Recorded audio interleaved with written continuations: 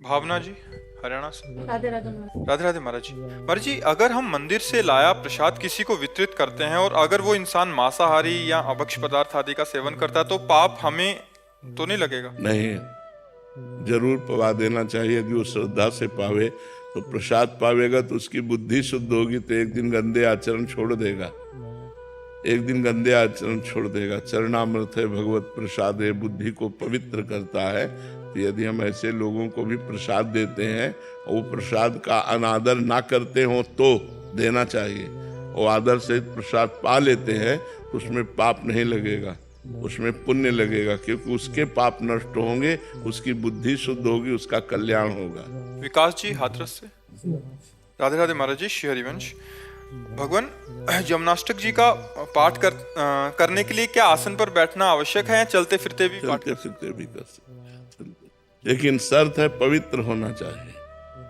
उस समय आप पवित्र होने चाहिए, आपका वस्त्र पवित्र हो, आपका शरीर पवित्र हो, तब आप चलते फिरते पाठ कर सकते हैं। कह रहे 84 जी का पाठ आदि जो पाठ है इनको मोबाइल से कर सकते हैं? हाँ, कर सकते हैं। अनुराग खरे जी। श्री हरिवंश गुरुदेव। और जी, आप कह रहे हैं कि आप गृहस्थ में हैं तो अपने जो बेडरूम है वहाँ इष्ट देव और गुरुदेव भगवान की छवि लगा सकते हैं? दूर, क्योंकि गृहस्थ हैं तो आप अपने बिस्तर पर गृहस्थ धर्म का भी प्रयोग करेंगे, तो अपवित्रता में मूर्ति छवि थोड़ी रखी जाती। दूर ऐसे रख लिया, बात अलग है दर्शन के लिए, जो वेद से स्पर्श ना करे, ऐसे रख सकते। और जी, दीवार आदि पे हाँ, दूर, सिरहाने पे दूर जी। जो बिस्तर का स्पर्श ना करते हो, दूर। ऐसे नहीं कि अपने बेड में ही। जब आप गृहस्थी का धर्म का प्रयोग करेंगे गृहस्थ में, तो फिर पवित्रता की जरूरत है, फिर उसमें ठीक नहीं। मोनिका राणा जी। राधा वल्लभ जी। श्री हरिवंश महाराज जी। महाराज जी, जिन लोगों ने मन दुखाया है उनको मन से गलत गलत बोलना कैसे बंद करें? नहीं बोलना चाहिए। जिन्होंने हमारा मन दुखाया उन्होंने हमारे पाप कर्म को नष्ट किया, बड़ी कृपा की है। भगवान उनको स्वस्थ रखे, उनका मंगल करे, ऐसी भावना रखनी चाहिए। जो हमको कष्ट देते हैं वो हमारे कर्म से विवश होकर हमको कष्ट देते हैं। हमारा कर्म उनकी बुद्धि में बैठ करके हमारे प्रतिकूल आचरण करवाता है, तो हमको सहना चाहिए।